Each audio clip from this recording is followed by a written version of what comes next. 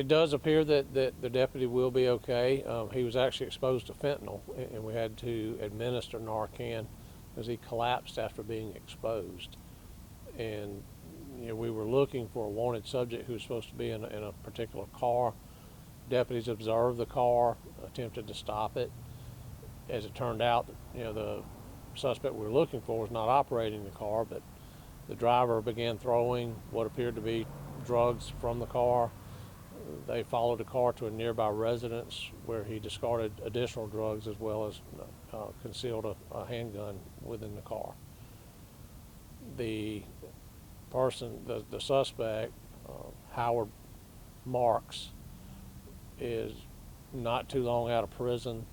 He's currently on bond on a drug trafficking case. Got a long, extensive, violent history. And so, right now he's going to be charged with trafficking, heroin trafficking, fentanyl, as well as certain persons forbidden to possess a pistol. Fentanyl is something that we've been hearing a lot more about, especially in the last just couple of years, and just the dangers of when people are exposed to it.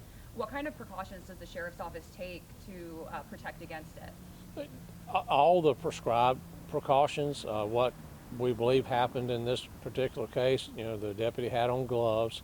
He was conducting a field test to verify that it was fentanyl, and a passing car disturbed the powder, and we believe he was exposed in that way, and as he was conducting the field test. It's scary stuff that, just a passing car can have that much of an effect. Yeah, I mean, so much so that, what was spilled out of the plastic that it was contained in, there was a good bit left on the roadway. We had to call Mobile Fire hazmat team to come out and mitigate that for us, because we didn't want to risk any citizens, especially children, potentially being exposed to it. Wow. I guess moving forward, is there anything that you want people to know, when it comes to this? Well, I said several months ago that the sheriff's office and I think law enforcement as a whole is aggressively pursuing those who choose to sell or traffic in fentanyl and fentanyl-laced substances. And we're working hand in hand with our federal partners as well as our district attorneys and our judges to show these people just how serious we are taking it, and I believe those who choose to do that in our community are going to see some serious time in the end. All right, perfect. Is there anything I'm forgetting?